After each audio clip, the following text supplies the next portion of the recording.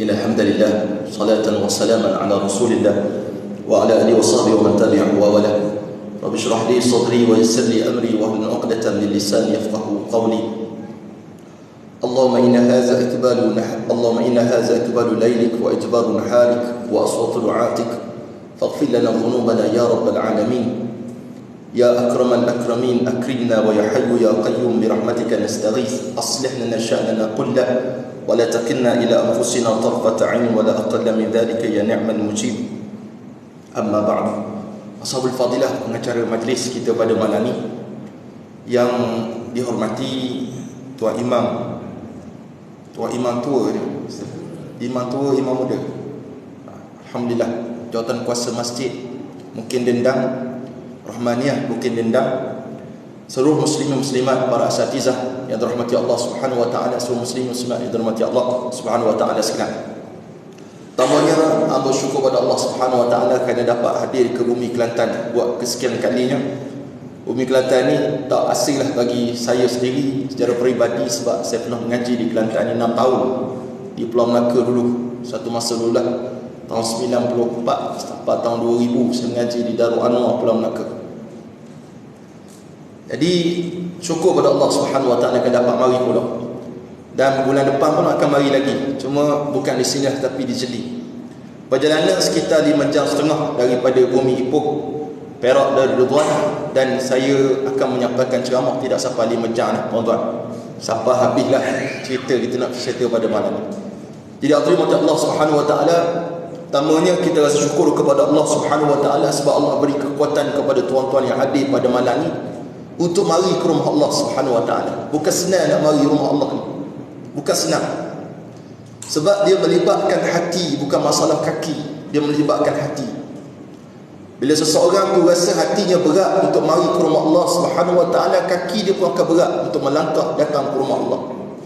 Walaupun pelbagai nikmat kenderaan yang Allah beri pada dia, tapi tak memungkinkan dia tu datang ke rumah Allah Subhanahu wa taala. Walaupun kadang-kadang rumah sebelah masjid, sebelah surau, tak boleh mari, berat. Dia boleh pergi tempat-tempat yang jauh tapi tak boleh melangkah ke rumah Allah Subhanahu wa taala. Itu sebab Allah memberi satu jaminan kepada orang yang mari rumah Allah Subhanahu wa taala ni. Allah kata innama ya'muru masajidallah man amana billahi wal yawmil akhir.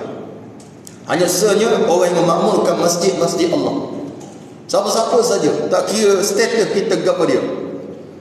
Makmurkan rumah Allah Subhanahu wa taala, mari rumah Allah, semayang, baca Quran, zikir, tadarus, belajar ilmu dan sebagainya, mari rumah Allah.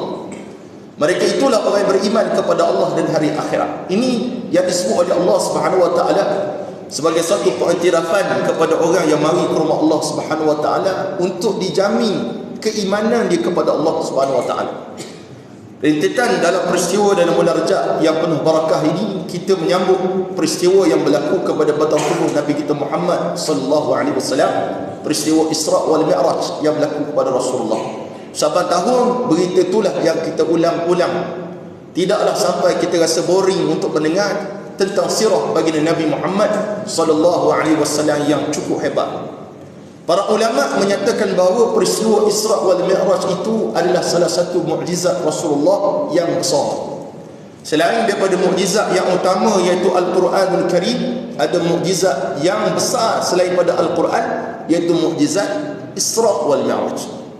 Perjalanan yang luar biasa yang Allah tak beri kepada nabi-nabi dan rasul yang seumpama Rasulullah sallallahu alaihi wasallam, yang tidak dapat dipikir logik akal untuk menakulkan bagaimana perjalanan yang sangat luar biasa tersebut. Itu sebab kata ulama, peristiwa Isra wal Mi'raj itu untuk menguji ketebalan iman orang ketika itu dan sampailah sekarang. Sebab ada setengah orang yang berfahaman, yang berlogikkan akal semata-mata, mereka pasti akan menyatakan tidak akan berlaku dan tidak boleh berlaku peristiwa seumpama yang berlaku kepada batang tubuh Rasulullah sallallahu alaihi wasallam, Isra wal Mi'raj. Maka tuan-tuan Allah Subhanahu wa taala sekalian, pada malam ni tidaklah saya nak syarah lebih panjang, ataupun mungkin tuan-tuan depan saya lebih tahu daripada saya tentang intipati peristiwa Isra wal Mi'raj itu. Tapi apa boleh kita kongsikan, balighu anni walau ayat, kata Rasulullah, sampaikan daripadaku walaupun sepotong ayat. menceritakan tentang sirah Rasulullah sallallahu alaihi wasallam. Tuan-tuan sekalian, Nabi berdakwah kepada kaum dia, iaitu umat Islam ni 23 tahun. Umat Nabi Muhammad sallallahu alaihi wasallam. 23 tahun Nabi jadi nabi, umur 40. Diangkat jadi rasul. Kemudian Allah Subhanahu wa taala perintahkan Rasulullah menyampaikan dakwah kepada kaumnya. 13 tahun di kota Mekah, 10 tahun di kota Madinah. 13 tahun dengan 10 campur jadi 23 tahun Nabi berdakwah kepada kaumnya. 13 tahun Nabi berada di Mekah, satu tempoh yang sangat sulit bagi dakwah Rasulullah sallallahu alaihi wasallam. Bukan senang. Nak betulkan akidah manusia daripada sembah banyak patung-patung. Buat patung sembah, buat patung sembah. Maka Nabi sallallahu alaihi wasallam hadir seperti mana para rasul yang lain untuk membetuli akidah ummah ketika itu. Bukan senang tuan-tuan sekalian. Macam kita dululah duduk, kalau Kelantan ni terkenal dengan benda wayang kulit. Wayang kulit boleh, tapi yang mengarut campur dengan benda-benda mengarut banyak. Nak kikih tu bukan senang. Nak kikih tu bukan senang. Main mokyong mana? Mokyong ke mayung? Mokyong. Main benda yang melibatkan mistik kadang-kadang. Ada benda yang dibenarkan syarak, ada benda yang tak dibenarkan syarak. Maka Islam datang pada zaman Nabi Muhammad sallallahu alaihi wasallam untuk membetulkan akidah. Dan apa yang Nabi dapat, tuan-tuan macam Allah, suatu tentangan yang cukup hebat daripada musyrikin Quraisy. Bukan senang. Tuan-tuan bacalah sejarah para rasul, mana ada satu rasul yang pergi dakwah pada kaum dia semua masuk Islam kata? Tak ada. Semua masuk Islam. Tuan-tuan baca dalam surah Yasin yang kita baca pada Jumaat. Nah, وَضْرِبَ لَهُمْ مَثَلًا أَصْحَابَ الْقَرْيَةِ إِذْ جَاءَهَا الْمُرْسَلُونَ إِذْ أَرْسَلْنَا إِلَيْهِمُ اثْنَيْنِ فَكَذَّبُوهُمَا فَعَزَّزْنَا بِثَالِثٍ فَقَالُوا إِنَّا إِلَيْكُمْ مُرْسَلُونَ قَالُوا مَا أَنْتُمْ إِلَّا بَشَرٌ مِثْلُنَا. Baca Yasin pula mana ni? Tak habis lah. Baca roh. Tuan-tuan baca tentang bagaimana Allah Subhanahu wa taala cerita kepada Rasulullah. Bila mana dalam Quran, kalau kita balik dalam Quran tu, semak dalam Quran ada cerita tentang para rasul dulu. Pada umat terdahulu, semuanya tu nak bagi motivasi kepada Rasulullah sallallahu alaihi wasallam. Kalau kamu rasa susah dakwah kamu wahai Muhammad, mu tengok bagaimana kisah rasul-rasul terdahulu. Nabi Allah Subhanahu wa taala hantar dalam surah Yasin ni kepada penduduk Antakiyah, bukan di Teran. Antakiyah ni tak tahu di belah tu, Turki belah sana tu. Antakiyah. Belah Syam sana, dekat-dekat. Allah hantar dua rasul. Fa'azzazna bisalisin. Allah kuatkan lagi, Allah hantar seorang lagi. Jadi 3 rasul. Bayangkan 3 rasul Allah utus kepada Bani Israel ketika itu. Qala ya qaumi, apa kata dia? Inna ilaikum mursalun. Maka berkatalah para rasul ni, kami diutuskan oleh Allah kepada kalian sebagai rasul. Qalu ma antum illa basharun misluna. Maka jawablah penduduk-penduduk Antakiyah yang derhaka itu, ma antum illa basharun misluna. Kamu semua ni, puak-puakmu ni sama je macam kami. Tak ada beza langsung. Bahkan komanya, kalau Perak koma lah. Puak-puakmu ni, 3 orang ni nipu belaka, dia kata. Nipu belaka. Qalu inna tatayyabna. Panjang lah, ayat tu panjang. Kita bagaimana motivasi. Kita rujuk surah Nuh. Inni da'awtu qaumi laylan wa nahara. Kata Nabi Nuh, dia mengadu kepada Allah. Kalau Rasulullah sallallahu alaihi wasallam 13 tahun berdakwah, Nabi Nuh alaihi salam alf sanatin illa 50 ama. 1000 kecuali 50, 950 tahun dakwah, tuan-tuan. Bayangkan kita macam mana gamaknya. 950 tahun berdakwah, dia ngadu pada Allah, inni da'awtu qaumi lailan wa nahara. Apa jawapan? Apa lagi dia kata pada Allah? Walam yazidhum du'ai illa firar. Tak ada bertambah orang nak follow aku. Followers tak bertambah bagi umat Nabi Nuh AS.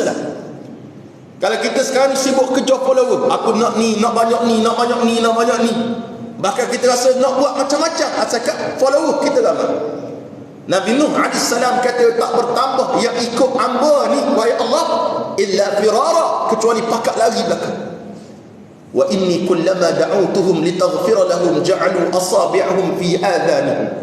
Tak kala mana aku ajak dia untuk kamu ampunkan dosa mereka wahai Allah, ja'alu asabi'ahum fi adhanihim. mereka memasukkan jari-jari dalam telinga mereka, menggambarkan. Jari ni mana boleh masuk semua tuan-tuan. Kita sumbaklah telinga ni sejari je. Mana asabi' ni semua jari. Maksudnya gambaran nak kata tak usah dengar langsung. Ceramah ke, kuliah ke, tazkirah ke, ngaruk belakang dia kata. Khutbah pun aku tidur dia kata. Gitulah gambaran. Ngaruk belakang. Wa inni kullama da'utuhum litaghfira lahum ja'alu asabi'ahum fi adhanihim wastaghshaw siyabahum, ambil baju tutup muka, wa asarru wastakbaru istikbara, berlalu dengan penuh takabur kepada Allah Subhanahu wa taala. Ini sifat orang. Bila Rasul diutus, maka apa yang terjadi kepada para Rasul? Cabaran yang cukup hebat. Nabi Nuhnya, Nabi Allah Ibrahim dengan Namrudnya, Nabi Allah Musa dengan Fir'aunnya, Nabi Allah Isa dengan Bani Israel yang nak bunuh dia. Maka Nabi kita Muhammad sallallahu alaihi wasallam pun sama. Itulah sunnah para Rasul. Sunnah ni ialah jalannya.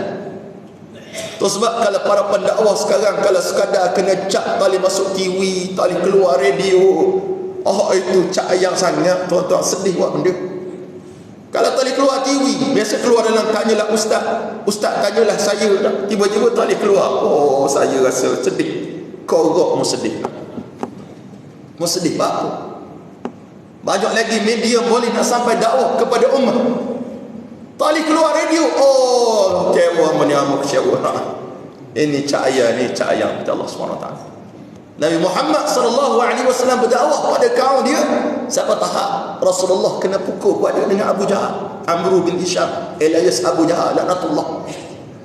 Nabi pernah diletak benda-benda musuh atas belakang Nabi sallallahu alaihi wasallam. Pendakwah dia ni ada kena. Tak ada paling kurang ustaz jangan ngajar tempat kami tu je. Lepas tu dia update status, Allah kecewalah saya dah. Dakwah disekap dia. Tak apalah, tu luar hati dia. Cuma Nabi sallallahu alaihi wasallam kena tu sebagai sunnah para mursalin. Kena pula dakwah Rasulullah. Kita lihat para sahabat Rasulullah di kalangan mustad'afin, orang lemah. Yang masuk Islam awal-awal ni orang lemah belaka. Maksudnya orang yang tidak ada pangkat. Sayyidina Bilal bin Rabah, Sumayyah, Yasir, Ammar, Abdullah ibn Mas'ud, ni semuanya orang susah belaka. Susah. Tapi mereka ini uji oleh Allah Subhanahu wa taala. Bilal ibn Rabah kena macam mana? Tak payah ulanglah cerita dia. Sampai disebut ahadun ahad letak li Umayyah bin Khalaf. Letak batu besar, kota Mekah ni panas dering tuan-tuan sekalian. Panas. Letak telur tu, bukan telur kita lah, letak telur ayam tu, boleh masuk telur tu, punya panas. Dia boleh letak Sayyidina Bilal, ikat kaki, ikat tangan, letak batu atas perut. Apa dia sebut? Ahadun ahad. Sayyidina Sumayyah dia bunuh, disula daripada kemaluan dia oleh Abu Jahal. Ambil tombak sula kok kemaluan. Mati. Suaminya Yasir mati di depan anaknya Ammar. Sayyidina Khabbab ibn Al-Arab, seorang hamba juga, dilayur di atas api. Tuan-tuan, kita pernah tak kena seksa lagu tu? Sama Jepun, orang mari semaya Jepun tak buat. Mungkin tak ada generasi Jepun ni, tak ada rasanya. Generasi komunis. Tapi tak setara yang dihadapi oleh umat Islam waktu tu. Saya pernah baca satu buku novel tajuknya Will di China. Will ni makna celaka, kecelakaan di China. China ni bangsa komunis di China sana. Yang mereka ni tuan-tuan Allah menjajah negara-negara Islam. Uzbekistan, Turkmenistan, semua Tantan, belah Altantuya Syaribu tu belah sana. Maka tuan-tuan, saya baca satu buku namanya Will di China, menceritakan bagaimana gerakan mengkafirkan orang Islam dibuat macam mana. Salah satu gaya seksaan dia tuan-tuan untuk orang beralih akidah daripada Islam keluar pada Islam, salah satunya dia cabut kuku cabut kuku tuan-tuan. Saya baru ni bukan cabut kuku, mesin tebu tu terempah atas kaki, kena ibu jari, belah dua kuku tu. Bukan terbelah dua jari, kuku tu terbelah. Saya tak boleh tengok darah banyak, jadi pensar, pening kepala. Mungkin banyak sangat, banyak betul darah tu nak keluar. Dekat-dekat tak pensar. Pergi jumpa doktor cocok nak bius, nak cabut kuku tu. Cocok pun sakit. Dia kata slow sikit doktor tak. Saya kata Allah teruk lama ni. Bagaimana kalau kita di kedudukan di China tu macam mana? Yang dicabut kuku tu nak keluar pada Islam ke tak saya keluar? Nak keluar ke tambah? Kita antara dua, nak keluar tak nak keluar, nak keluar tak nak keluar.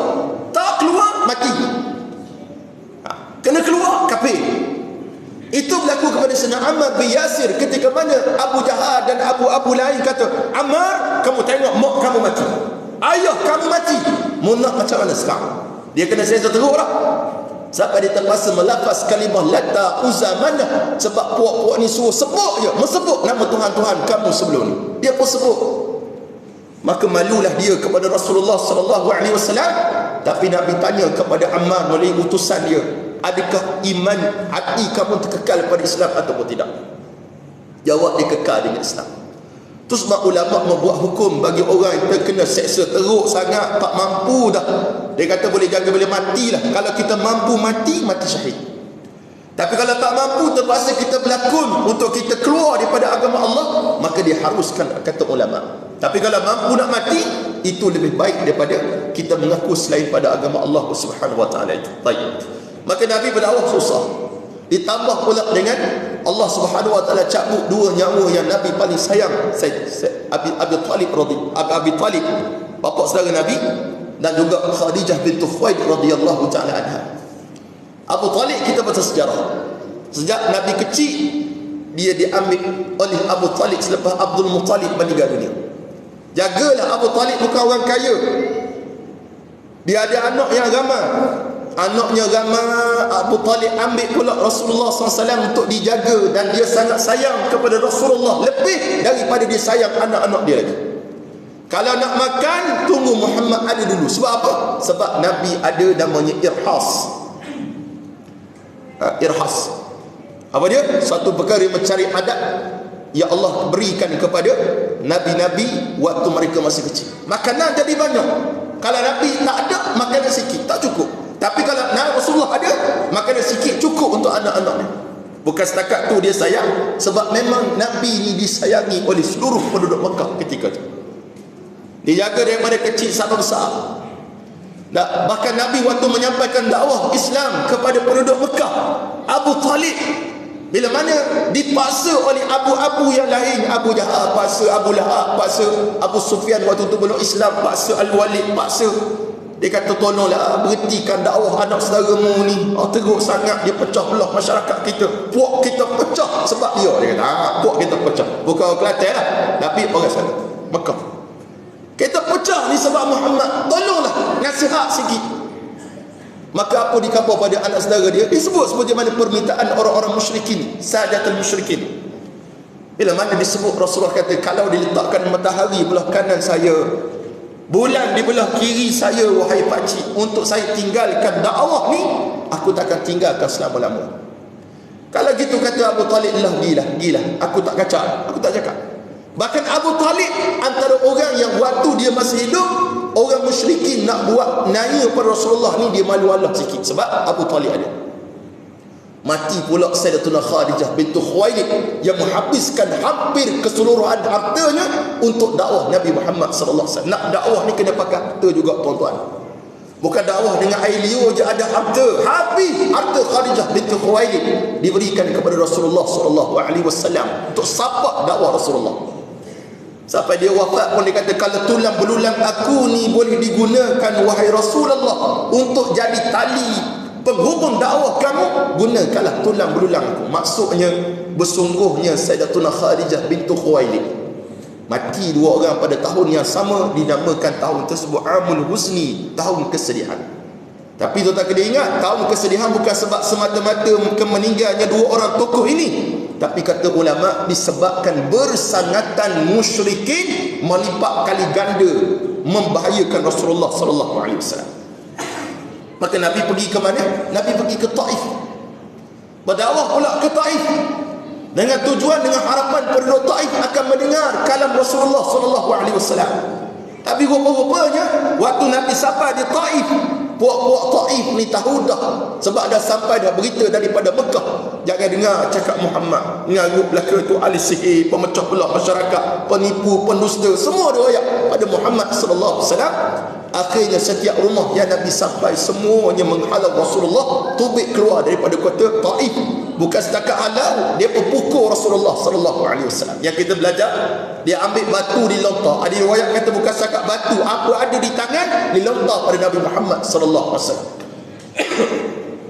Kebiasaannya, darah Rasul ni kalau menitik atas bumi, dia satu kecelakaan yang besar, tuan-tuan Allah Subhanahu wa taala. Itu sebab Sayyidina Jibril turun bersama malaikat penjaga gunung, tawarkan kepada Rasulullah, nak tak kalau puak-puak tu kita hentam dengan gunung yang ada ni, hancur berkecah habis. Allah boleh buat tak tuan-tuan? Boleh buat. Bukti nak nampak depan mata kita bila? Tengok di Turki, tengok di Syria, tuan-tuan Allah Subhanahu wa taala.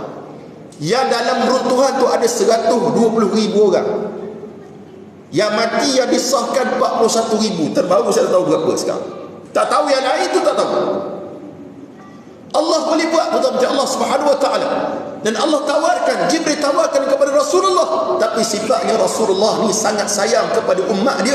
Nabi siap doa lagi supaya Allah Subhanahu wa taala keluarkan daripada sulbi mereka itu orang beriman kepada Allah dan beriman kepada Rasulullah sallallahu alaihi wasallam. Tidak keluar daripada mulut Rasulullah untuk melaknat kaum dia sendiri, tak ada. Itulah Rasulullah sallallahu alaihi wasallam. Ringkasnya cerita tuan-tuan sekalian, itu peristiwa sebelum, yang banyak lagi lah sepatutnya kisah permulawan dan sebagainya. Tuan-tuan kena baca kitab, dan saya tahu tuan-tuan semuanya mengaji kitab belaka. Antara kitab moden lah yang tuan-tuan boleh baca, yang dikarang oleh Al-Syahid Dr. Sa'id Ramadan Al-Buti rahimahullah ta'ala, iaitulah kitab Fiqhus Sirah. Boleh baca tuan-tuan, Allah Subhanahu wa ta'ala kisah-kisah tentang Nabi Muhammad sallallahu alaihi wasahbihi wa baraka wa sallama. Kemudian kita masuk pada cerita kita ni. Tadi baru mukaddimah. Dia kata Nisa aku mari, baru mukaddimah dia kata. Mukaddimah. Tak apa tuan-tuan, saya nampak tuan-tuan gerak lebih 14 kali kaki tu, kita berhentilah. Jadi kalau tuan-tuan rasa nak saya habis awal, bergerak biar lebih sikit. Kita habis tu insya-Allah. Allahu a'lam gitu. Jadi Nabi SAW, Allah, maka ulama kata Allah nak bagi Nabi satu hiburan kepada Rasulullah SAW. Bawa orang berjalan ni beribu hati, bawa anak isteri berjalan menghiburkan hati. Nak kalau ada tergurih di hati, tersimpan dendam di hati atau apa benda, kita bawa berjalan dan sebagainya. Memang betul dia boleh rasa tenang hati. Maka Nabi kita Muhammad sallallahu alaihi wasallam diriwayatkan berlaku peristiwa Isra wal Mi'raj, ada 2-3 pandangan. Ada kata setahun 8 bulan sebelum peristiwa hijrah, ada kata 3 tahun sebelum hijrah, ada kata setahun sebelum hijrah. Itu tak penting. Yang pentingnya benda itu berlaku pada Nabi Muhammad sallallahu alaihi wasallam. Iaitulah Rasulullah sallallahu alaihi wasallam diperjalankan berdasarkan dalil yang kita tahu dalam surah Al-Isra ataupun surah Bani Israil ini. Surah ni Nabi sangat suka baca waktu malam, terutama Allah Subhanahu wa taala, surah Bani Israil. Dalam surah Al-Isra ini, ayat pertama Allah cerita tentang Isra wal Mi'raj. Selesai ayat pertama, tunggu ayat 60 pula baru jumpa pula tentang ayat Mi'raj. Jauh tu, 1 dengan 60. Gap dia ada berapa tu? Dia punya langkauan dia. Dan banyak lagi dalam surah An-Najmi atau An-Najmun. Surah An-Najmi itu banyak cerita bab Mi'raj Nabi kita Muhammad sallallahu alaihi wasallam. Tuan boleh rujuk situ.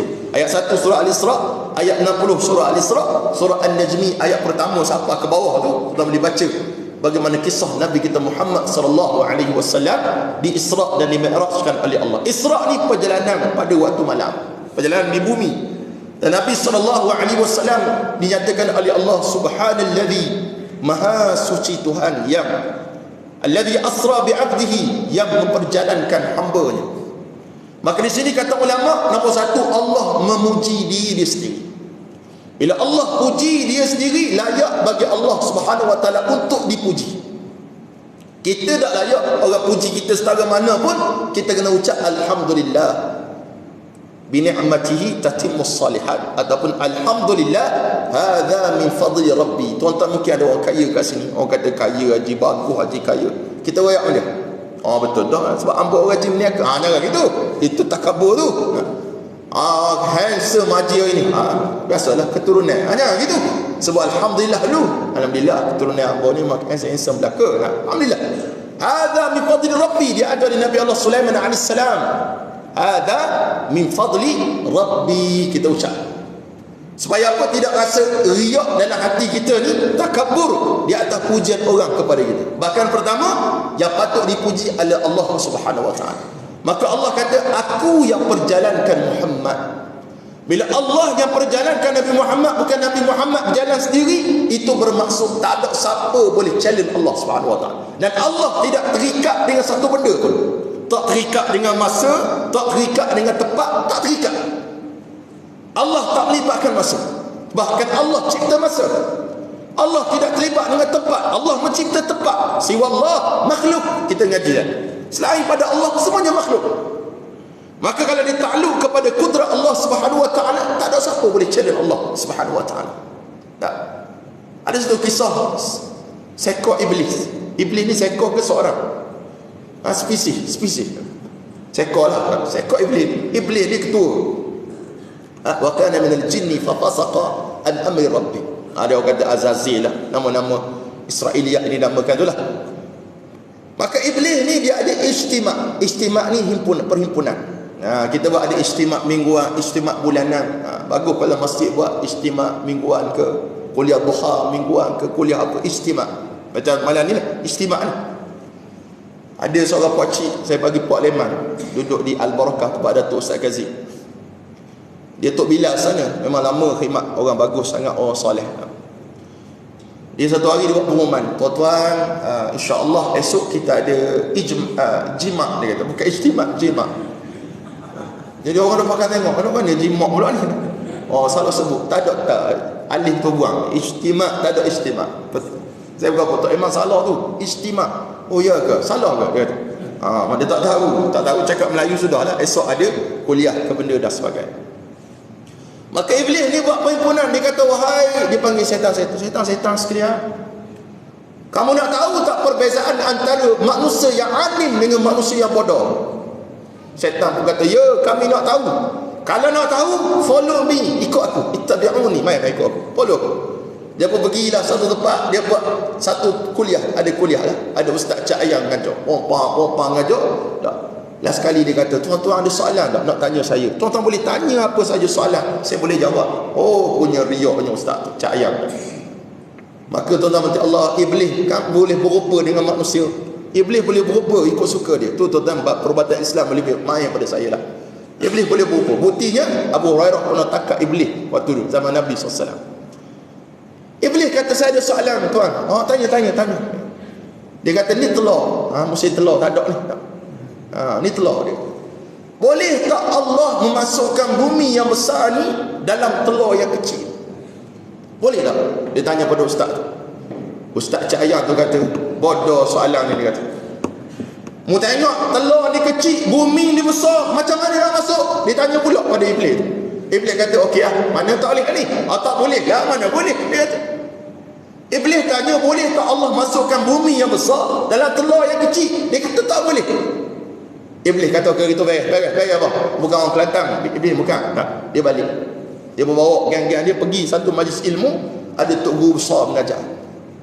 Tok guru tu mengajar. Dia kata, tuan tak ada soalan nak tanya. Kalau ada boleh hamba jawab. Tak boleh jawab, hamba kata wallahu alam. Itu adab sebagai seorang yang guru mengajar. Dia bukan jawab belaka.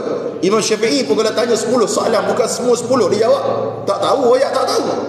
Kita serba tahu, apatah lagi netizen sekarang jadi influencer. Jadi seorang yang popular dalam media sosial, TikTok ke Facebook ke, bila apa saya dijawab belaka. Mana dia seorang perempuan, dia isukan isu tudung. Dia kata tudung tak perlu labuh. Nampak? Dia bagi fatwa dia. Tudung tak perlu labuh. Sebab yang betul kena tutup aurat. Betul lah, betul tutup aurat, tapi tudung kena tutup dada kamu. Orang kata tak perlu. Orang pun share. Dosa dapat tuan macam Allah SWT. Maka iblis pun bangun, dia kata, wahai tuan guru, boleh tak Allah masukkan bumi yang besar dan telur yang kecil ni? Tu guru tu kata, kalau ta'aluk kepada kudrat Allah SWT, tak ada yang mustahil. Apa tak boleh? Iblis kata, okey, beres tuan guru. Dia balik. Dia jumpa pula dengan geng-geng dia. Dia kata, kamu nampak tak Ustaz Cak Ayang yang pertama tadi? Nampak? Ustaz tu dia kata, tak boleh Allah masukkan bumi yang besar dan telur yang kecil. Dia telah kafir dan dia telah mengkafirkan anak murid dia belakang. Kemudian yang tadi itu tunggu betul-betul Allah Subhanahu Wa Taala mampu. Syaitan ni dia ada respect lagi kepada Allah Subhanahu Wa Taala. Tu sebab tuan-tuan Allah ada tunggu sebut. Nah, ada seorang Habib dia nyatakan tuan-tuan Allah Subhanahu Wa Taala, apa beza antara nafsu dengan syaitan? Nafsu dengan syaitan ni nafsu 70 kali ganda lebih jahat daripada syaitan seekor. Sebab apa? Nafsu ni dia punya taat kepada Allah luar biasa. Syaitan lebih taat kepada Allah. Rabbi anzirni, wahai Tuhanku. Masih lagi jawab, wahai Tuhanku. Tapi kita masya-Allah nafsu lebih dahsyat pada tu. Dan banyaklah kisah yang sebaliknya. Cuma saya sebut dalam Allah Subhanahu Wa Taala, Nabi kita Muhammad sallallahu alaihi wasallam diberi suatu keistimewaan, diperjalankan oleh Allah Subhanahu Wa Taala. Nabi diberi kenderaan, burak, kenderaan yang sangat laju yang diberikan oleh para rasul dan khususnya pada Nabi kita Muhammad sallallahu alaihi wasallam.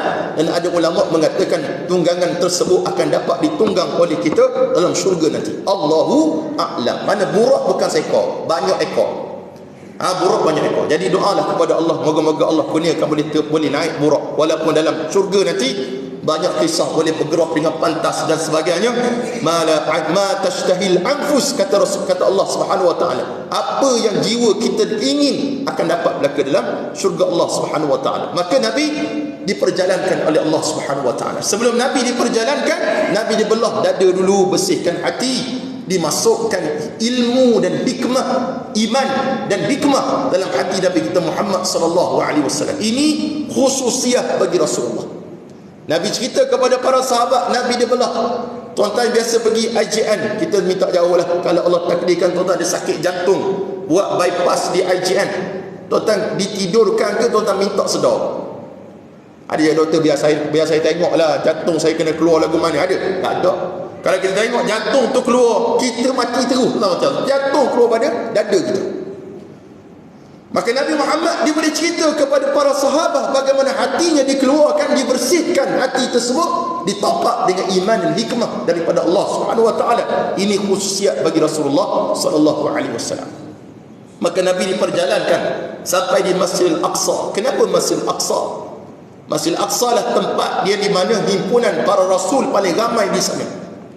Maka kata Imam Ibn Katsir tafsir mentafsirkan ayat pertama surah Al-Isra ini, bila mana Rasulullah sallallahu alaihi wasallam diangkat menjadi imam ketika itu membuktikan bagaimana keutamaan Rasulullah berbanding dengan nabi-nabi yang lain.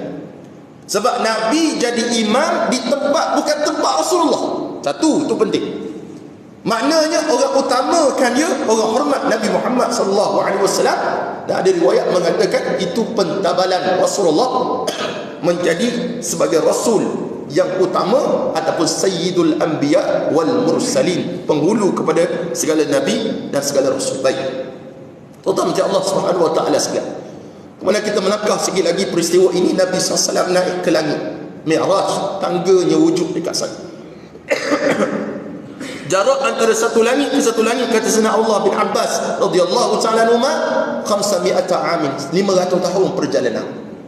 Satu langit bumi, mula-mula langit bumi diketuk oleh Jibril alaihissalam. Malaikat bertanya. Maka di sini ada ulama menafsirkan bahawa maksudnya peristiwa itu Allah tidak cerita pada makhluk lain. Kalau Allah cerita, makhluk tu takkan tanya dah, man anta, ana Jibril, wa man ma'ak, siapa bersama kamu? Muhammad dah diutus ke belum? Sudah. Maka marhaban wa ahla, buka pintu. Langit mana? Langit pertama. Ada dikatakan langit pertama tu berada di langit dunia. Langit dunia di mana tuan-tuan? Macam Allah Subhanahu Wa Taala besarnya macam mana? Kat mana kita kata ukur lilik langit dunia ni? Tuan-tuan rujuk surah Al-Mulk. وَلَقَدْ زَيَّنَّا السَّمَاءَ الدُّنْيَا بِمَصَابِيحَ وَجَعَلْنَاهَا رُجُومًا لِلشَّيَاطِينِ. Dan kami telah hiasi langit dunia ni, sama dunia, bimasabih, dengan planet-planet cakrawala. Yang kita nampak planet banyak ni, itu baru langit dunia, tuan-tuan betul. Berapa jarak dia? Allahu a'lam. Yang kita tahu matahari jarak lebih kurang 160 juta kilometer daripada bumi. 160 juta kilometer. Nak pergi sana tu bapak lambat. Tuan-tuan rujuk dalam YouTube dah. Tengok YouTube, dia ada perbandingan planet-planet. Mula-mula dia tengok bumi. Oh, besar bumi. Lepas tu letak bulan, lepas tu letak matahari. Kita kata bapak besar matahari, kita kena masukkan lebih kurang 30 biji ke berapa puluh biji. Bumi dalam matahari baru sebesar matahari. Itulah besarnya matahari. Kita kata matahari cakrawala paling besar. Tak, ada satu planet lagi besar pada matahari. Yang perlu kata NASA nak ukur lilik dia 1000 tahun baru boleh pusing planet tersebut. Itu baru planet, tuan-tuan. Ya Allah kata, aku hiasi langit bumi ni, langit dunia ni dengan bintang-bintang. Seperti mana kata Sayyidina Abdullah bin Abbas tadi, antara satu langit ke satu langit 500 tahun. Langit pertama bertemu Nabi Allah Adam AS. Maka Jibril kata, hadza abuka Adam, itu bapakmu Adam. Fasallim alaihi, bagi salam pada dia. Itu hormat Nabi Muhammad sallallahu alaihi wasallam. Bagi salam pada Nabi Allah Adam AS. Nabi Adam jawab salam Rasulullah, marhaban bi ibni salih wan nabiyus salih. Selamat datang dengan anak yang soleh dan nabi yang saleh. Nabi Adam yang Sahih Bukhari menyatakan, khuliqa Adam 40 dhira'a. Dicipta Nabi Adam, tubuh dia tingginya 40 hasta, sekitar 6 tingkat bangunan. Besar tu 40 dhira'a. Dicipta Adam 40 hasta tinggi dia. Macam mana Nabi tengok tak tahu lah, macam Allah. Cuma Nabi gambarkan langit pertama Nabi Adam, naik langit kedua bertemu pula dengan Nabi Allah Isa dan Nabi Allah Yahya alaihi wassalam. Seorang masih hidup, seorang telah wafat. Nabi Yahya diwafatkan, wafat, dibunuh, dipancung pada zaman dia. Ayahandanya Nabi Zakaria digergaji tubuh dia sebab berdakwah kepada kaum. Nabi ditemukan dengan dua rasul ini yang sangat mulia. Itu Pak Syekh Muhammad Al-Misri dalam kitabnya Ashabur Rasul meletakkan Nabi Allah Isa berada di kedudukan sahabat Rasulullah. Sebab apa? Dia sempat bertemu dengan Rasulullah, baginda sempat bertemu dengan Rasulullah sallallahu alaihi wasallam, dan sempat bertemu ketika mana Nabi masih hidup lagi. Maka dikatakan dia salah seorang sahabat Rasulullah sallallahu alaihi wasallam, dan dia akan turun satu masa nanti, tuan-tuan. Ustaz Dr. Umar Muhammad Noor dia menyatakan dalam Allah satu hadis Rasulullah, Nabi kalau jumpa dengan anak-anak kecil, anak-anak muda, Nabi selalu sampaikan pesan, kalau kalian bertemu dengan Nabi Isa satu masa nanti, sampaikan salam aku kepada dia. Maka tuan-tuan kena khabar gitu ke anak cucu nanti. Kalau tok mati satu masa nanti, puak-puak muda jumpa dengan Nabi Isa, tolong sapa salam pada dia. Itu sunnah. Sebab Nabi Isa akan turun. Bila akan turun, Allahu a'lam. Tapi tepat turun dah tahu. Lagu mana dia turun tahu. Kita tahu tujuan dia turun, kita tahu belaka. Cuma kita risau, takut kita tak ikut Nabi Isa, ikut satu lagi Al-Masih, namanya Ad-Dajjal. Itu kita paling risau sekali. Sebab ni Dajjal tak keluar lagi, tapi betapa ramai Dajjal kecil yang telah muncul. Nabi kata sebelum keluar Dajjal yang betul, ada 30 Dajjal akan keluar dulu. Dan semuanya mengaku menjadi Rasul belakang. Semua mengaku Nabi.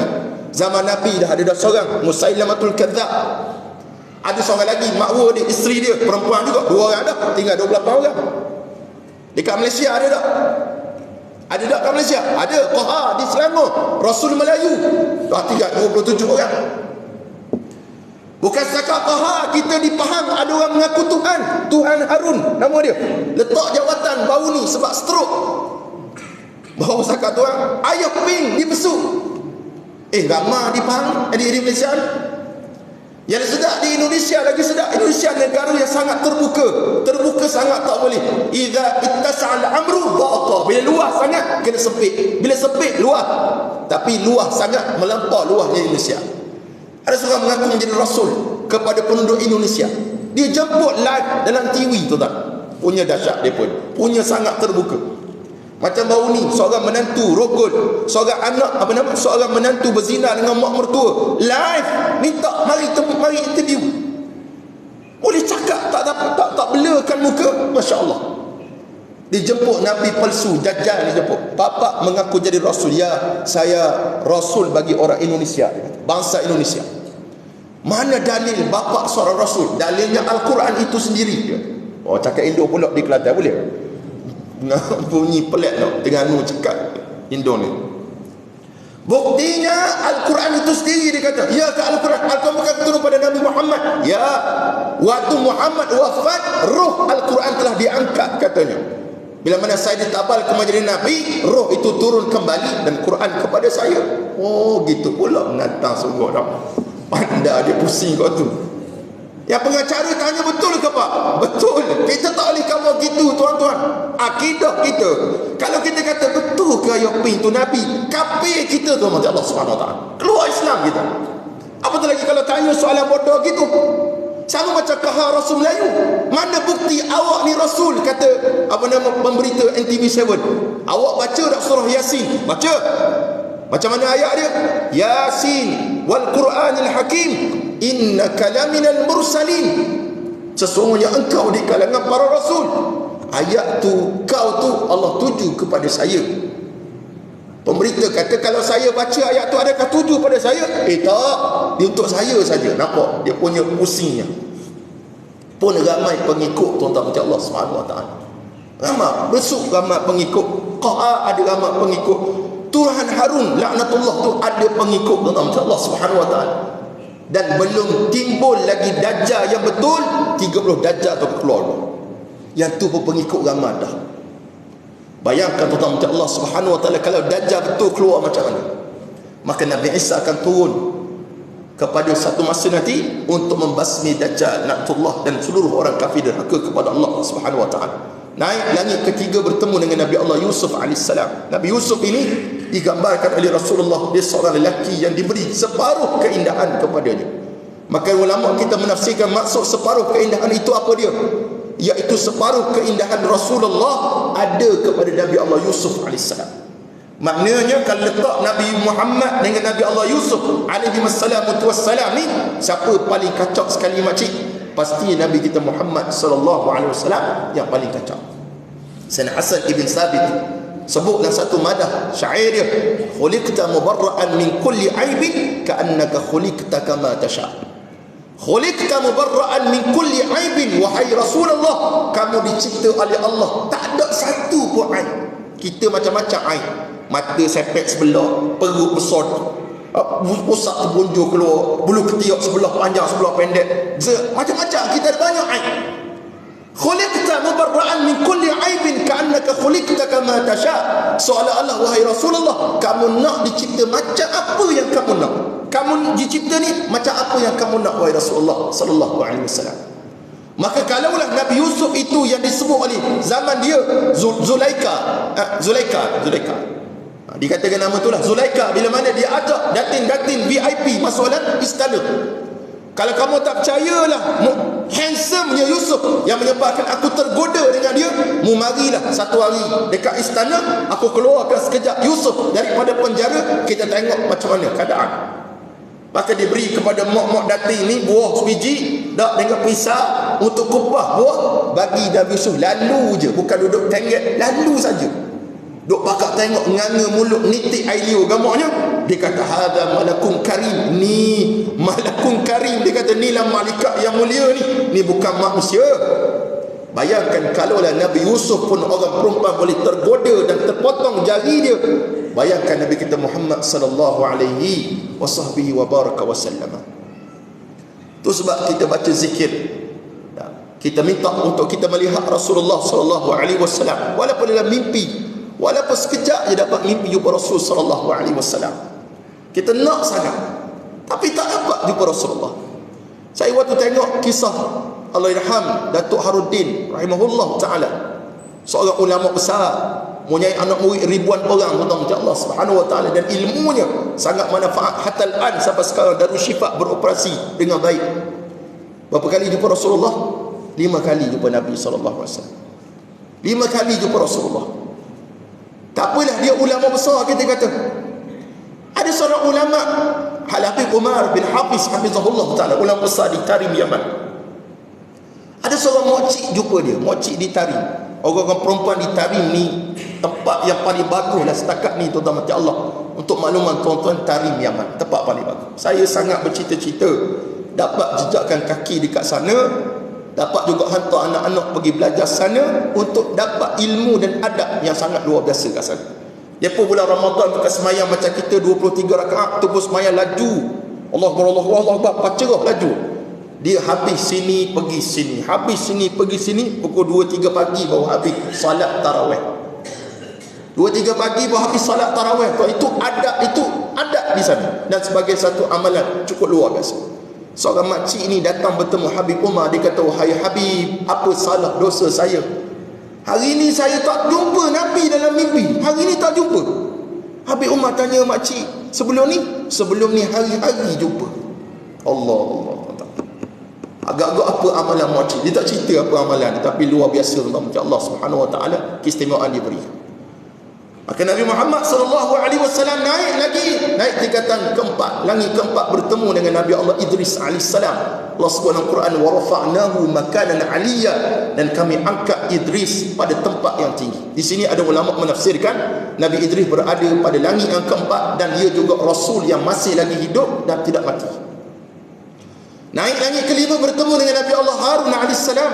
Langit keenam bertemu dengan Nabi Allah Musa alaihissalam. Langit ketujuh bertemu dengan Nabi Allah Ibrahim alaihissalam.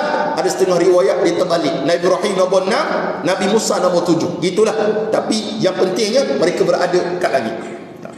Tapi yang masyhurnya kita tahu, Nabi Ibrahim sedang bersandar di Baitul Ma'mur. Baitul Ma'mur ni macam Kaabah. Dan tuan-tuan kena sedar sekarang, pemangku Raja Saudi, nama apa? Muhammad bin Salman. Muhammad bin Salman ni nak buat apa sekarang, tuan? InsyaAllah SWT. Tuan tahu apa benda terbaru nak buat? Nak buat satu kota macam Kaabah. Dalam Kaabah tu macam-macam benda dah tu. Banyak kota-kota lagi dah tu. Dia punya gila buat kota. Ni yang berlaku di sana. Dan tuan kena sedar tentang Allah Subhanahu Wa Taala, dia makhluk ini bukan makhluk yang biasa-biasa. Dia memang sangat anti. Bahkan kepada Wahabi pun dia tak suka tentang Allah. Kalau kita anti pada Wahabi pun dia tak suka. Dia nak otak jadi liberal dekat sana tentang Allah. Tu kena sedar sikit keadaan yang berlaku dekat sana. Maka kita sedar tentang Allah Subhanahu Wa Taala. Nabi kita Muhammad SAW bertemu dengan Nabi Allah Ibrahim sedang bersandar di Baitul Ma'mur, dan setiap hari 70,000 malaikat masuk Baitul Ma'mur dan tidak akan keluar sampai hari kiamat. Besar mana? Allahu a'lam. Allah saja yang tahu.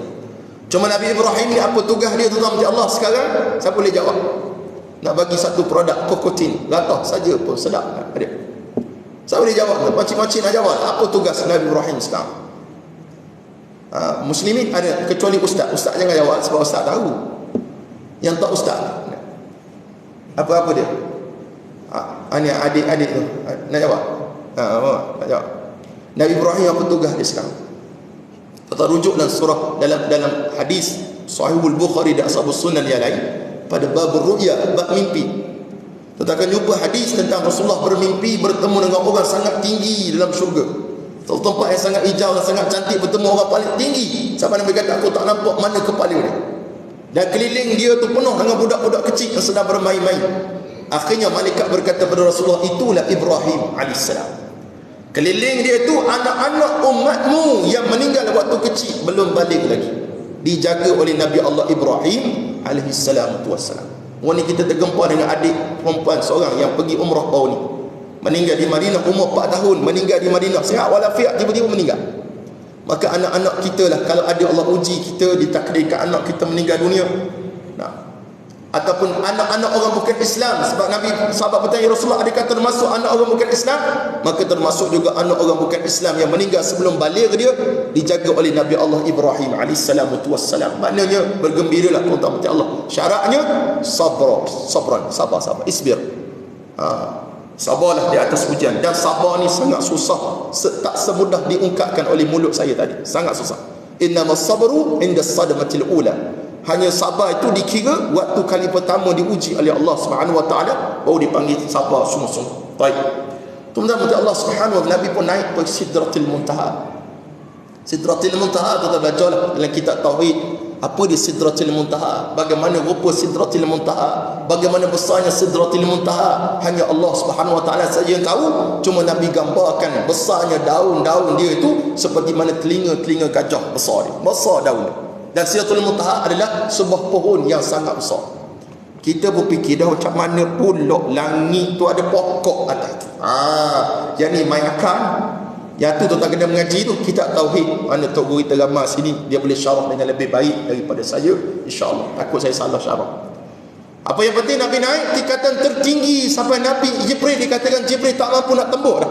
Pergilah seorang-seorang Nabi Muhammad sallallahu alaihi wasallam dan Nabi difardukan salat 50 waktu. Nabi dapat 50 waktu ni, Nabi turun, Nabi tak cakap banyak.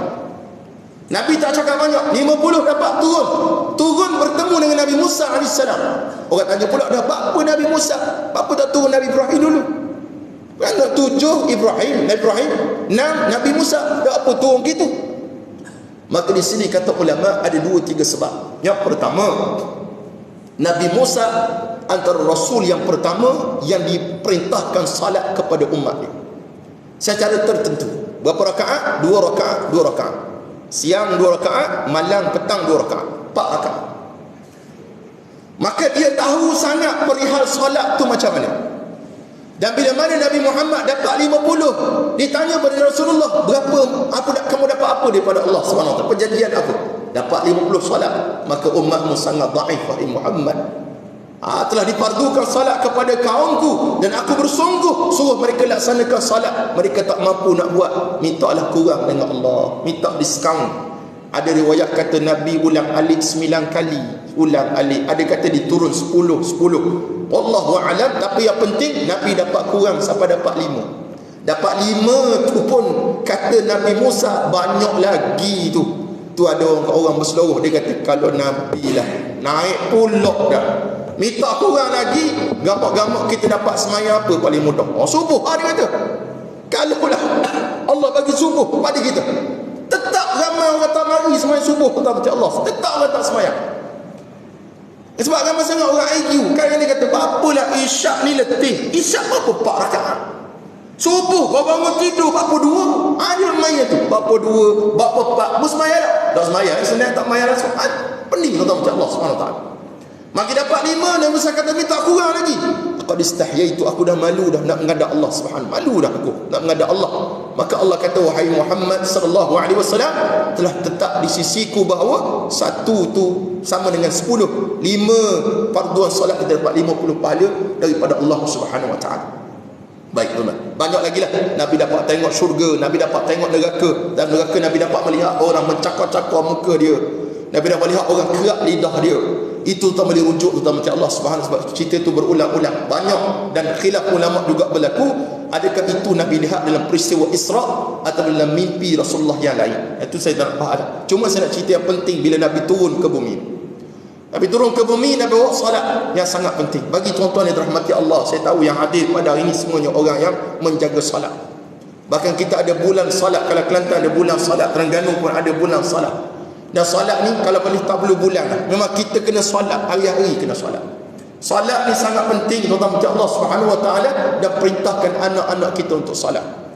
Kita tak berbangga kalau anak kita bergaji besar, rumah besar, hidupnya sukses, tapi salat dia jauh daripada Allah Subhanahu wa taala. Tapi kalau salat dia jaga, insya-Allah dia akan selamat dunia akhirat. Terus sebab kalau nak cari menantu-menanti, carilah menantu-menanti yang mana salat dia jaga makcik. Jangan tengok muka dulu. Tengok muka, Allah handsome sungguh lah. Tak tanya musmaya ada mak. Saya tak mai, tak maya pun tak apa, tapi mu kacak sungguh tu. Bukan makcik nak nikah, anak makcik nak nikah tu, makcik kena sedar. Kita nak serah anak kita pada seorang lelaki yang tak semayang. Nanya anak kita nanti.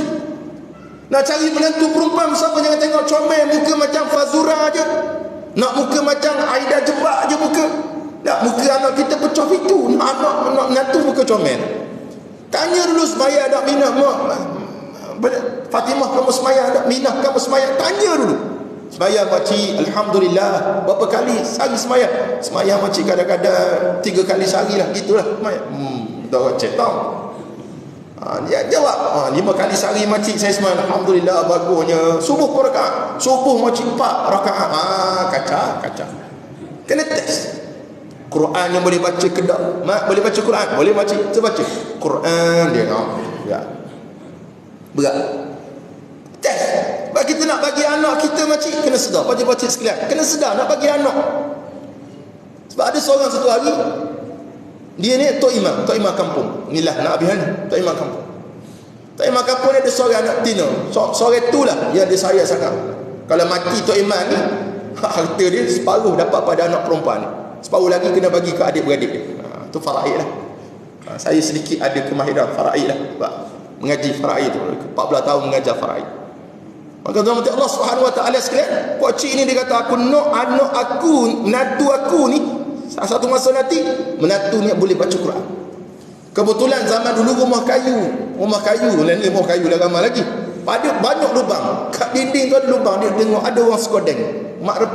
Ada seorang mak pi ni ataupun seorang lelaki nakal. Dia bukan jahat, nakal. Dia suka sangat pada anak Tok Imam, hari-hari duduk dengar apa perbualan Tok Imam dengan isteri dia. Dia kata, aku nak anak aku, menantu aku ni boleh baca Quran. Jadi dengarlah dengan penjahat ni, kata, sudah, kata, letih dah hamba. Dia kata, macam mana aku tak kerti baca Quran, Iqra pun tak baca. Nah, bukan sahaja Quran, Iqra pun tak kerti, Iqra satu pun tak kerti. Abada. Duduk mikir, pening, mikirlah sekali dapat idea. Dia kata boleh jadi, idea ni boleh jadi. Dia pun duduklah. Biasa orang duduk dekat wakaf, dia duduk tengah jalan. Pocik ni biasa exercise, naik basikal lajak dia. Jalan bawa basikal tepi jalan lalu kat baru tu. Tiba-tiba orang lelaki duduk tengah jalan. Dia kata, pocik, stop pocik. Dia pegang Quran satu. Stop pocik. Break pakai kaki. Break pocik, Tok Imam. Dia kata, buat apa kat tengah jalan, nak mampu kan? Tak pocik, hamba mari ngaji Quran. Yalah, dia kata. Betul nak juga, betul. Tapi kalau nak ngaji, orang ngaji tengah jalan ni, nak mampu boleh tengah jalan ni. Dia kata, tak apa pakcik, sebab saya tahu pakcik lah orang paling terror dalam kampung kita ngaji Quran. Dia pun bila orang kata paling terror, terus akad dada. Yalah dah, pakcik ni nombor 3 waktu pertandingan peringkat kampung ni, 3 peserta, pakcik nombor 3. Yang satu nombor 2 mati belaka dah, pakcik lah paling hebat lagi. Mana? Satu 2 mati, nombor 3 lah kecohan lah dia. Tak apa pakcik, tolonglah semak bacaan saya sikit, tak apa dah. Kalau gitu kita tepi lah. Kalau kita tengah juga dengan aku mampu belaka, dia kata. Jadi duduk tepi. Sekarang bacalah, membacalah berapa satu ayat dalam Quran, aku tahu belaka. Punya riak pakcik ni lah. Dia pun baca dah, auzubillahi minasyaitonirrajim. Betul lah tu. Ya. Ular batu kakiku lalu ambil kayu ku ketuk lalu mampus. Tok Imam tengok, dia kata, aku tak rajin dengar ayat ni lah Quran. Dia kata, dia tak rajin dengar. Gitulah pakcik, kalau kita kata penyambung, dia kata kalau kita ngaji Quran ni, biasa kita jumpa ayat ni. Yalah. Ada lagi? Ada sambunglah 2-3 ayat lagi untuk Allah SWT. Rupanya jahil tukir juga Tok Imam ni, Allah SWT. Tak tahu dia baca apa waktu jadi Tok Imam. Ni Tok Imam zaman dulu lah. Dan sekali jadilah menantu. Ni lah menantu hantu nama dia. Tiba waktu ribut peti, tak mari ke masjid, tak mari ke surau. Surau tahu, tak boleh mari. Boleh kita sembahyang rumah kalau hujan lebat. Ni hujan tak lebat pun sembahyang rumah juga. Terus itu jadi pening tu. Jadi waktu tu dia kata kat menantu dia, mak, jadi imam. Abah ni sejak menikah dengan anak abah ni tak pernah lagi abah tengok mau jadi imam. Tak apa abah, sebab ni rumah abah jadi imam. Yalah abah jadi imam, abah pun untuk imam. Kalau gitu tak apa, abah baca ayat pendek-pendek je. Sebab baca panjang-panjang takut salah, nanti malulah kat menantu abah yang terror ni. Tak apa abah, bacalah gapo satu pun saya boleh tegur kalau salah. Nampak dua-dua pada ketok belakang. Dia pun baca Allahu Akbar, baca Fatihah, selesai. Mari ayat inna a'tayna, nak baca kalau kau start tu. Dia baca inna tak mari a'tayna, kata menantu kat belakang. Benda mudah orang tua ni kata inna lillahi wa inna ilaihi raji'un. Mampu lah. Tuan-tuan jangan dapat menantu macam tu. Waktu kita belum dapat anak dia, belum dapat anak kita boleh test dia macam-macam. Kita risau waktu kita dah bagi anak kita, nanti barulah kita duduk nangis bucu katil tak dapat apa dah. Maka terima kasih Allah, solat nombor 1 kena jaga betul-betul kepada anak-anak menantu kita. Nombor 2, terima Allah Subhanahu Wa Taala imarahkan masjid kita ni. Apa yang perlu dibuat di masjid ni? Apa yang keperluan yang perlu kita buat pada masjid? Macam semalam saya berforum di Kak Ipoh. Masjid nak dibuat lebih kurang sekitar 7.2 juta. Dah dapat 3 juta lebih. Nak cari lagi baki tersebut. Kawasan tersebut kawasan orang kaya belaka. Patutnya kalau pengurusi umum sekali boleh dapat dah, tuan-tuan. Satu masjid namanya Masjid Meru Haid, Masjid Al-Muttaqin Meru Haid. Tahu Meru, kalau Haid ni orang kaya-kaya rumah atas bukit. Mana ada orang kaya rumah bawah bukit? Atas bukit. Dah sekali bawah tanah. Tu lah. Atas bukit belaka. Dia nak cari, nak buat kapet ni, yang isu lain pula, nak cari, nak tukar kapet 150,000. 150,000 ni pada minggu pertama pengurusi umum sumbangan sangat menduka citakan. Minggu kedua sampai Jumaat umum lagi, tak cukup lagi. Saya kata apalah, kedekut sangat orang kaya sini nak. Apa kedekut sangat? Ni kapet atau orang buat semayang. Dan orang kaya bukan rumah 10, 100,000, 200,000 rumah plus itu 3-4 juta rumah. Mama rumah. Tapi sebabkan tak nampak benda ni bagi saham akhirat kita, yang menyebabkan kadang-kadang macam Allah Subhanahu Wa Taala kita jauh daripada apa nak membantu masjid. Tengok masjid keperluan apa? Tandak ke? Apa dia nak wakaf ke nak buat? Tengok tuan-tuan macam Allah. Kita salurkan. Itulah duit kita sebenarnya. Duit dalam poket tuan-tuan bukan duit tuan-tuan sekarang. Tapi duit yang kita dapatkan untuk Islam, itulah duit yang kita gunakan di akhirat Allah Subhanahu Wa Taala satu masa nanti. Dan juga ulama menyatakan itu salah satu cara memakmurkan masjid-masjid Allah Subhanahu Wa Taala. Jadi tuan-tuan Allah, asal sekadar itulah dapat hamba sampaikan. Lebih lagi nak cerita bab neraka, bab syurga, jemput pula tahun depan insya-Allah. Sikit sebanyak boleh saya sampaikan. Minta maaf pada imam muda kita yang sudi jemput saya untuk sampai ke sini. Esok saya kena pergi ke Ceneh pula. Mana patah balik pergi ke KL pula. Itulah gaya kehidupan sikit sebanyak. Dan juga perakhiran saya nak buat 2 pengumuman. Yang pertama untuk Allah Subhanahu Wa Taala sekalian, saya pengasas sebuah produk, bukan kecantikan, bukan juga kehandsoman, produk minuman. Tuan-tuan kalau biasa dengar Kokotin, latah saja pun sedap. Itulah produk yang saya keluarkan. Kilangnya di Kelantan. Kilangnya dibuat oleh Datuk Anwar Tan, bekas Esko Kerajaan Negeri. Anak dia ada syarikat di sana kita buat. Dan kita mengeluarkan beberapa produk yang sangat baiklah untuk masyarakat. Salah satunya produk yang boleh kita gantikan produk Milo yang bukan Islam punya tu. Kita ada produk by Muslim First, iaitu produk Kokotin bagi tuan-tuan yang ada masalah sembelit, anak-anak yang ada masalah sembelit, budak-budak, sebab dia sangat sesuai pada usia 2 tahun sampai ke atas. Dan orang tua paling banyak sembelit, sangat bagus sebab tagline kita musuh sembelit nombor 1, dan juga gatah saja pun sedap. Memang sedap sungguh gatah. Sebab ada orang beli sampai disimpan, anak dia gatah saja, tak minum. Jadi tuan boleh minum sejuk dan panas insya-Allah.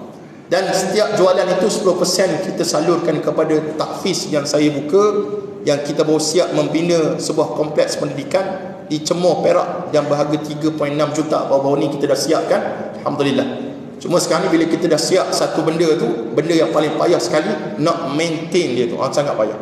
Kalau dulu Mahat Tafiz saya memerlukan sekitar 15,000 sebulan, sekarang ni memerlukan lebih kurang 20 ke 30,000 sebulan. Sebab bertambahnya guru, pertambahan pelajar, dan pertambahan banyak benda lah, bil utility dan sebagainya. Dan banyak kali saya iklan dalam Facebook saya, PU site itu, tentang perkara kempen. Salah satunya kempen infak bil elektrik. Kita buat RM5 sebulan.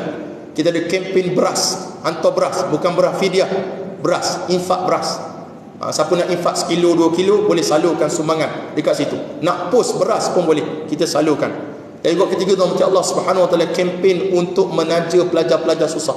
Ada 8 orang pelajar, 2 orang telah kita temui untuk orang menaja dia sebanyak 300 sebulan. Kalau tak mampu 300 sebulan, pakak-pakak anak beranak kita nak taja seorang budak untuk sampai dia jadi hafaz Al-Quran, boleh kita sponsor mereka belajar insya-Allah. Itu saja kita harapkan tuan Allah, siapa berminat untuk dapatkan produk kita dalam kereta saya tak keluarkan sebab berat.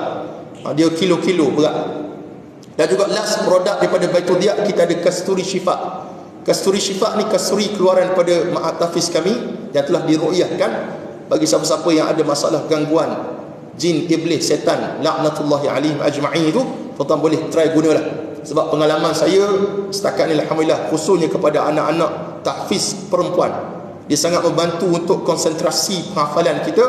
Dan juga kepada siapa-siapa yang ada rumahnya sentiasa meremang bulu roma, bukan sebab letak kat TV, meremang juga bulu roma. Nah, ni sebab gangguan-gangguan sangat baik untuk digunakan untuk di tubuh kita, ataupun juga kita guna untuk renjis kepada tempat-tempat yang sangat-sangat menyeramkan itu. Salah satu tempat yang menyeramkan tuan-tuan macam Allah, pengalaman saya lah, di bahagian dapur rumah kita.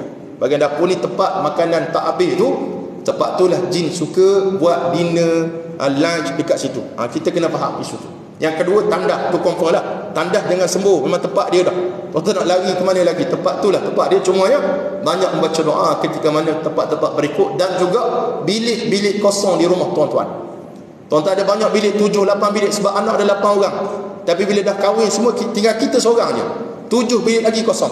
Ingatlah 3 hari ditinggalkan bilik tersebut, ada benda yang check in kat situ. Saya kongsi satu pengalaman last sekali, bukan nak kempen banyak, pengalaman yang sangat mencuri hati tapi sangat bermanfaat sebenarnya. Ada sebuah sekolah, dia sekolah ni kalau pelajar baru masuk pastikan berlaku histeria. Asrama ni mesti histeria. Jadi setiap kali macam tu pening warden, macam mana nak buat? Budak baru masuk histeria sebab cuti macam panjang, masuk je histeria. Dan sekali kawan saya cadang kepada warden, dan cadangan ni nampak macam lawak, tapi benda tu jadi betul. Bukan kasturi tadi, bukan isu tu. Dia buat satu memo, tahu tak memo? Memo, Assalamualaikum dia tulis. Assalamualaikum kepada yang berkenaan. Pelajar kami akan masuk seminggu lagi. Tolong tuan dan puan keluar daripada tempat ini sebelum pelajar masuk. Demi Allah tuan-tuan, benda itu terjadi dah histeria. Rupanya educated punya jin, betul semua tuan. Berpelajaran punya. Jadi tuan-tuan boleh buat dah. Tanpa dekat pintu dinding rumah ke yang mengganggu kita boleh buat. Dan saya cuba ikhtiar. Waktu saya bukan ahli perubatan Islam, cuma kita pernah sebut ketika mana kita cuba buat ruqyah. Sekadar kita tahulah asrama kami dulu, bila mana ustaz dia kena ganggu. Ustaz yang kena ganggu bukan budak. Selimut kena tarik, nak kaki kena tarik, majahat sungguh natu ni nak. Jadi saya berkhutbah dengan dia. Saya kata, Assalamualaikum, aku beli tempat ni dengan jumlah sekian-sekian, mu jangan kacak guru aku. Sebut, kena sebut. Rupa-rupanya makhluk ni faham. Kita cakap baik-baik dengan dia, jangan sumpah seranah lah. Natang setan, memang dia setan dah. Tak payah sebut banyak kali pada dia. InsyaAllah benda tu akan keluar dengan izin Allah Subhanahu Wa Taala. Cuma yang sekadar mampu kita sampaikan kepada tuan-tuan. Mohon maaf kalau terkasar bahasa. Di sini ada flyers yang boleh saya bekalkan kepada tuan-tuan. Pada siapa-siapa nak nyumbang boleh masukkan dalam akaun Maybank. Bank rakyat ni tak pakai lah, Maybank saja. Wallahu alam. Hadza billahi taufiq. Assalamualaikum warahmatullahi wabarakatuh.